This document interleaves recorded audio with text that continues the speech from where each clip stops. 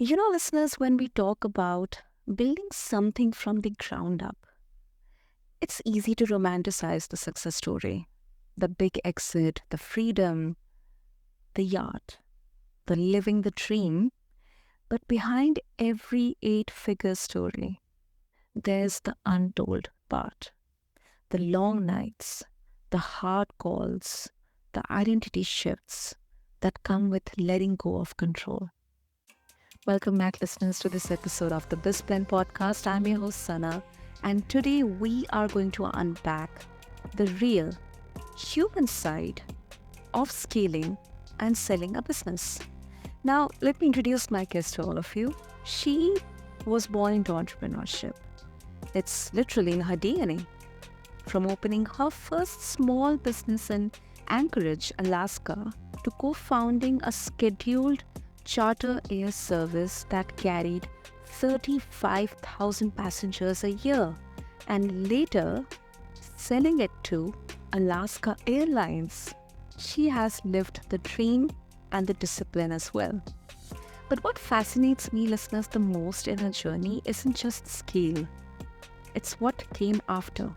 The reinvention, the ability to step back, build systems that could run without her, and still live life on her own terms, from Alaska to Maui and beyond. So, today we are going to dive into how you build, you let go, and still you can stay aligned with your purpose when your business becomes bigger than you have ever imagined. So, listeners, meet my lovely guest, Ral West. So, Ral, welcome to the show, and I'm really, really honored to have you here with us. Oh, thank you, Sana. That was a lovely introduction.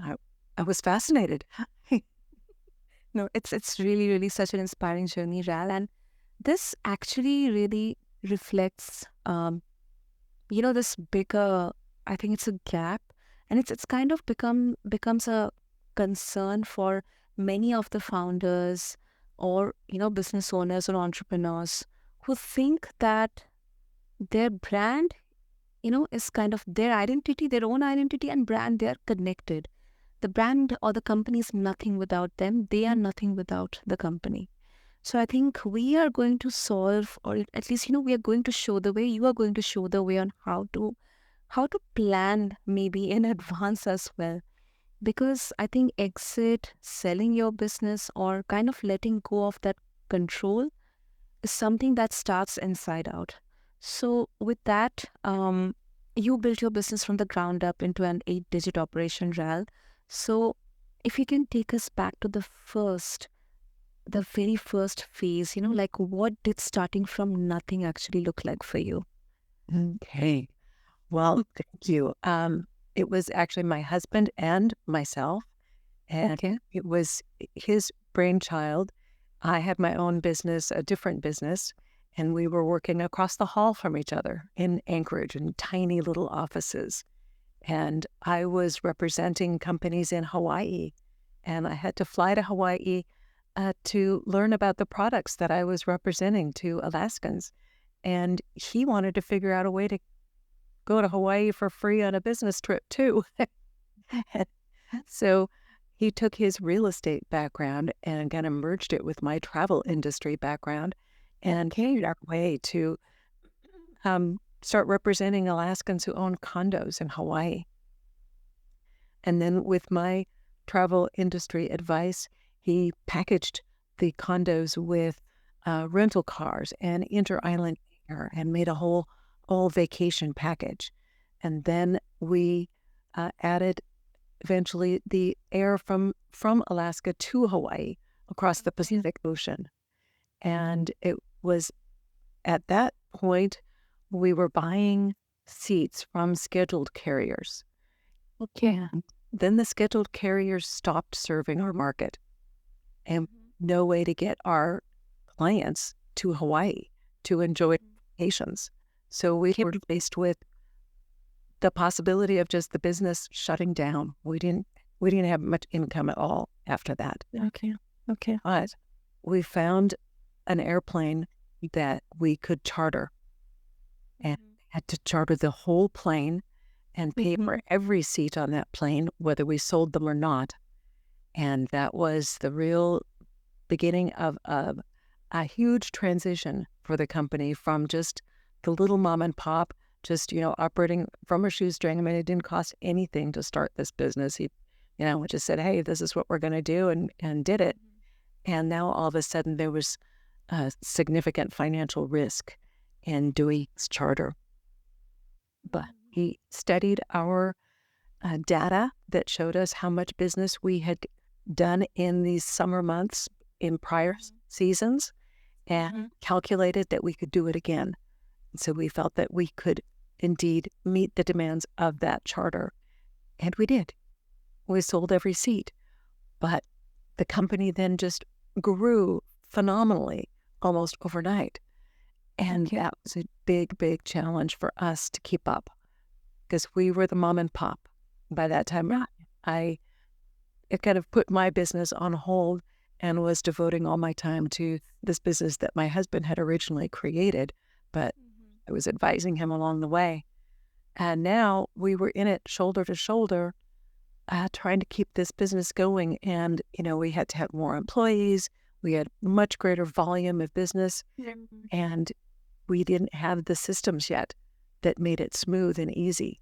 So we had to figure out how to do that. And we studied books. We turned to our mentors. I went back to college. I did Wow. what I could just to try to figure out how could we mold this business into something that could run without us having to be there all the time, because we were pretty much married to the business. Even our daughter had come to the office after school because, we couldn't get free of the business to go home. We were eating here at the office, and that meant like fast food, McDonald's and pizza. And, it was terrible.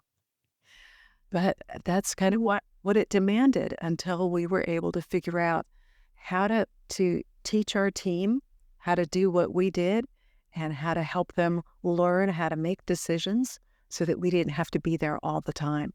And, it took 5 years to learn everything that it took to create all the systems, to build the team, to mold the company culture so that we walk away and know that the company would run smoothly even if we weren't right there. Wow. Wow. Oh, that's a whole lot. That's a whole lot, Ral. I mean, first of all, I must really thank you for summarizing that in such a short period of time, because really it has been such a long journey. And I think sometimes, when um you really look back, it feels like it all like went like, so fast.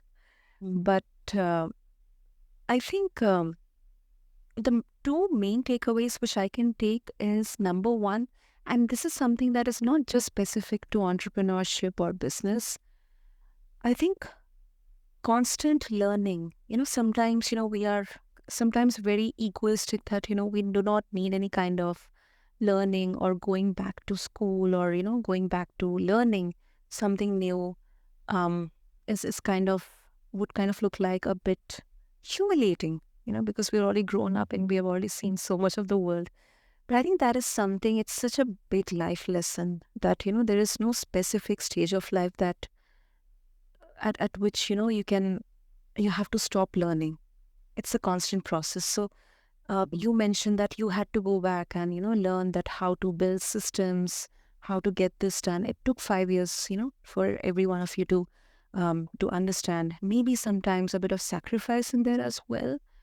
Um, and that's where my next question is, Ral. What is the biggest lesson that you have learned, that is, kind of single-handedly can be credited for successfully scaling a business and making it exit ready? Is it the systems? Is it the leadership, the founder, the owner, or is it how successful in terms of numbers it is? Oh, I think it's all of the above. Ev- Everything's important. But I think, this is kind of going back to what you were saying to begin with, is you have to have the right mindset, and you have to be willing to accept that you don't know everything. And you have to be willing to be okay with the mistakes that you're going to make. Mistakes are part of it.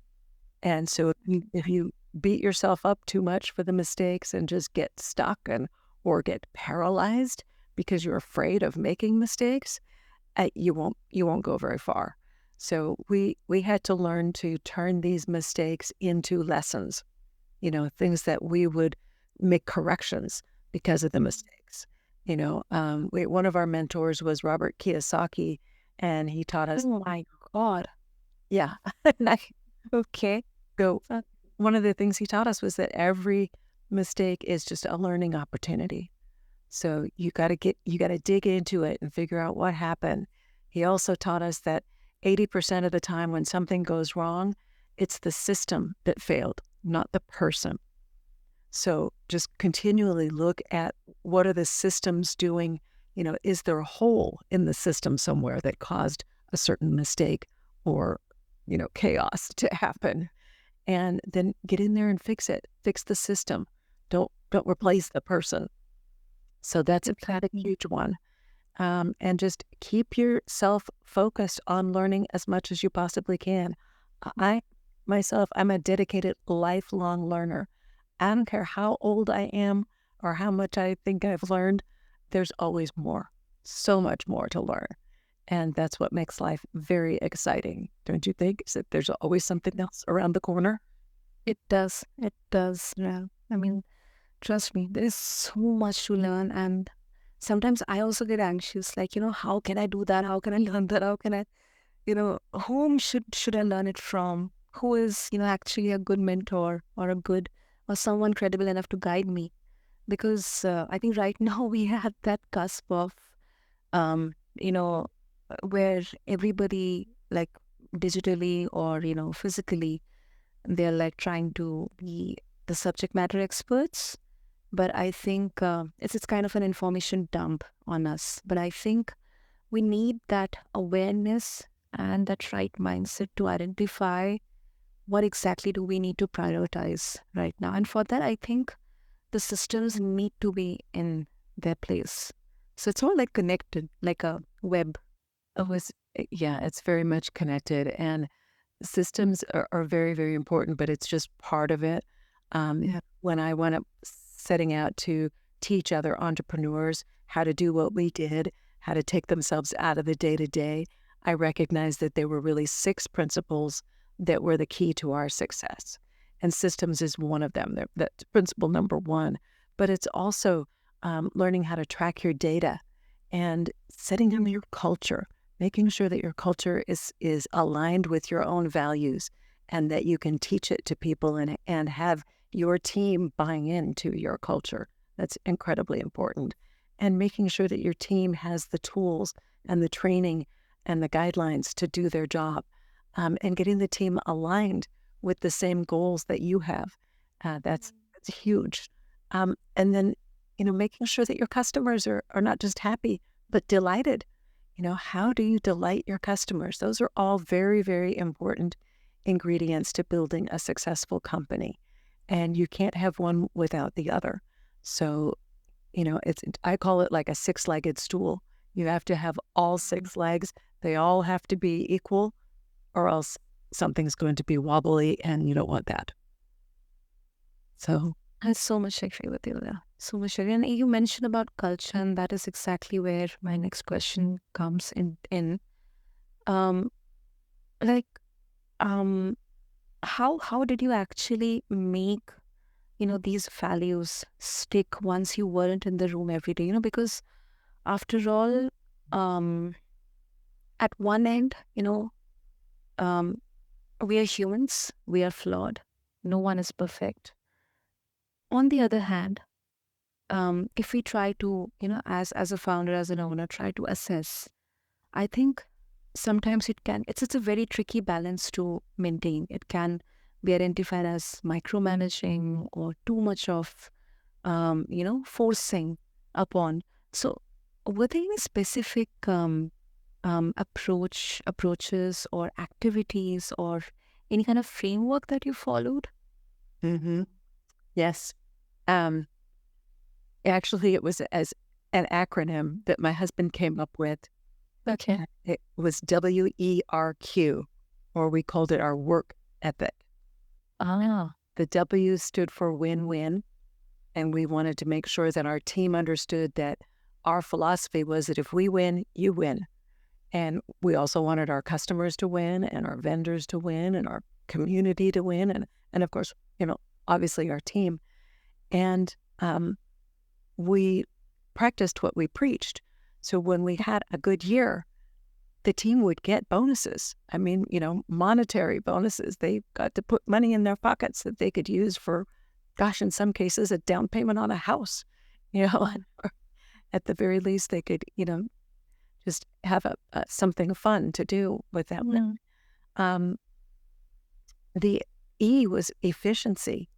And we wanted to make sure that that's where the systems come in, use the systems to make everything as efficient as possible, and use automation where you can.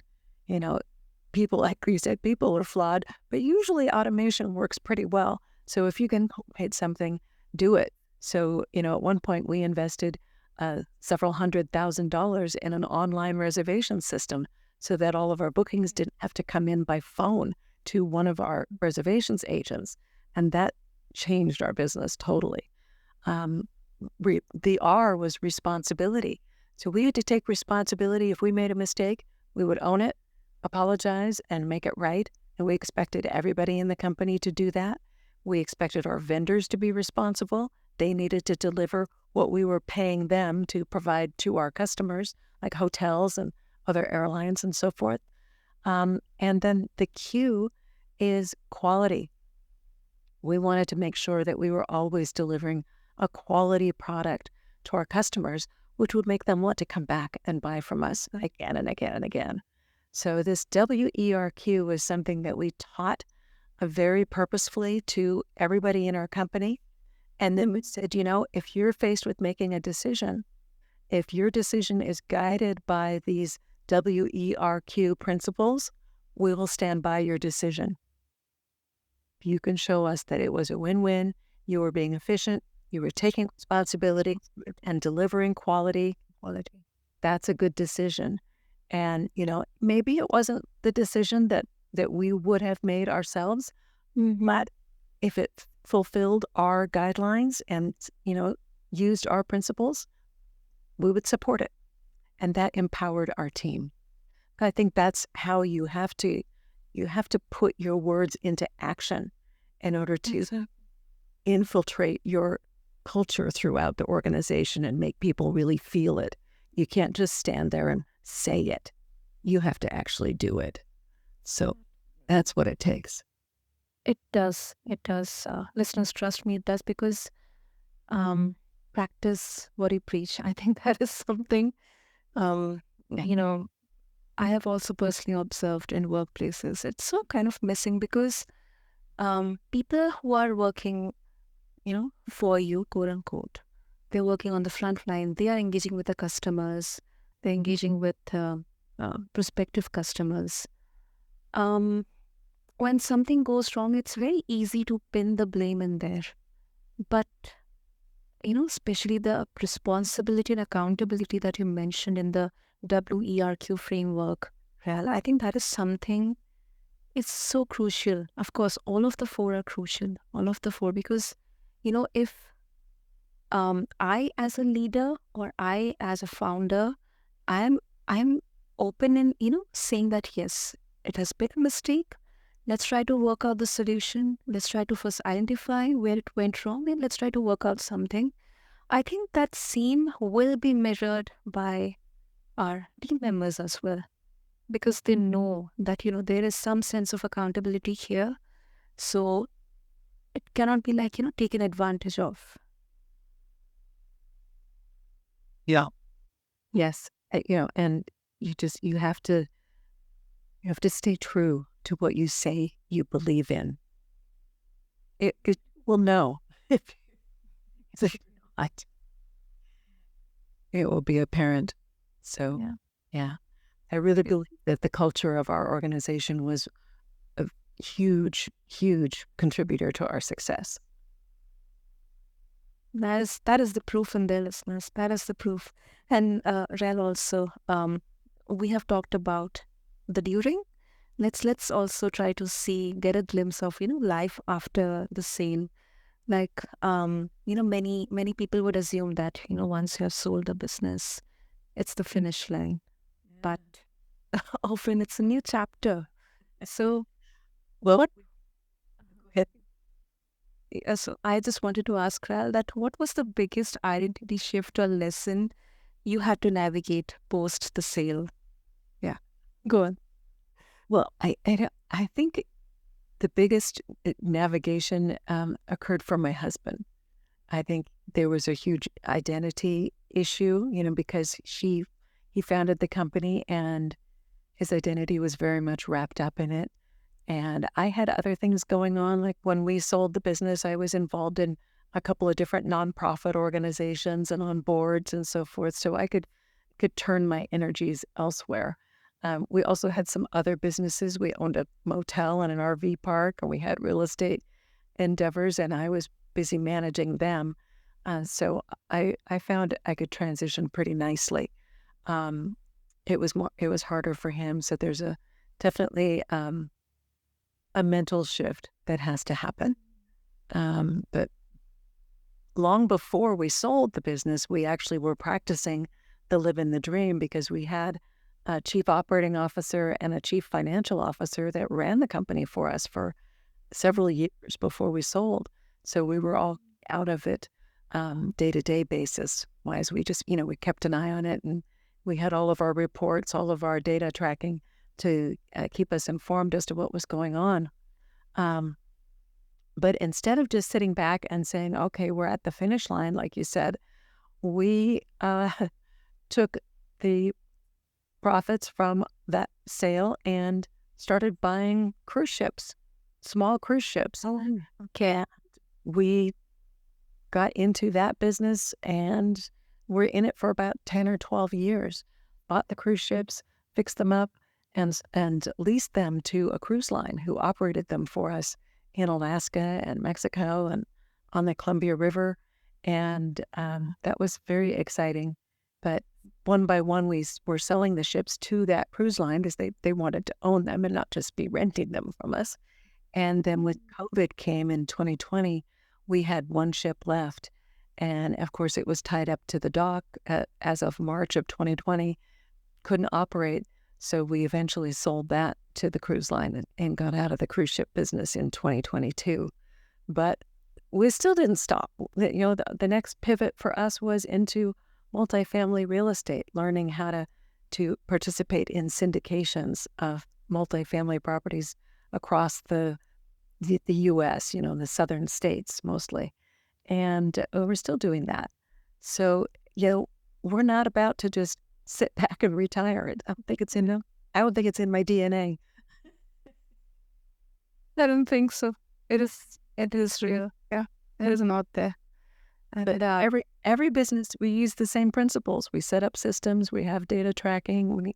We set them up so that we're still free to travel. We travel probably at least 3 months out of the year. A month here, 6 weeks there. It's a wonderful life. Wow, that's God bless. That is so good to know. That is so good to know, and that really, really gives a lot of hope for the founders or the business owners who are listening. Because I think success can be loud, but then the meaning is very quiet. And it's really powerful, Ral, to see that how you, your husband, you both are redefining, through investing and then also teaching others. So once again, if we can tie everything back to learning, and there is no, time to stop learning. So I think it's such a beautiful kind of, close loop that we have created through this conversation. So, Ral, before we wrap up, if listeners, they would like to connect with you and get access to all the resources, the wisdom that you're sharing, the work that you're doing, what would be the best way? Yes, well, thank you for asking. My website is ralwest.com, And if you would like to reach out to me and talk about your business and what you're trying to create, just go to ralwest.com/let's talk. And that will reach out to me and we can begin a conversation. And I've got a mastermind group that's just starting up. It's called BOSS, Business Owner Success Strategies. And I'll be announcing the details of that very soon. You can see me on LinkedIn, also Ral West. I have a newsletter you can subscribe to. I have a YouTube channel. Subscribe to that, and lots of ways that you can learn from me and connect with me. And I would appreciate it. Superb, superb. So, listeners, I'll have all the links in the show notes. So go do check out Ral's website and also subscribe to her newsletter, Ral's Success Principles, and also check out her YouTube channel. I'll just have all the links in the show notes for every one of you to refer to. And if I think one thing that I absolutely loved from today, like in today's conversation, listeners, I think that it challenged this fairy tale version of entrepreneurship. It is not about the commas in your revenue or the, glamorous lifestyle. It's about building something that doesn't consume you. So thank you so, so much, Ral. I'm really, really thankful to you because you really, really helped us realize that real success isn't stepping away. It is stepping into a new rhythm of leadership, where there's trust, systems, responsibility, and values. They are taking the front seat. That's nicely said. Thank you. So, listeners, if you are listening and you are thinking, like, how do I make my business work for me, not the other way around, this episode is your sign. So, revisit your values, revisit your systems, and maybe learn how to let go a little. Start with baby steps and also take help of RAS resources. So, do subscribe to this podcast. Do share this episode with your fellow founder friends or entrepreneur friends. Until then, this is BizBlend, where stories meet strategy. I'm your host, Sana, signing off. Thank you.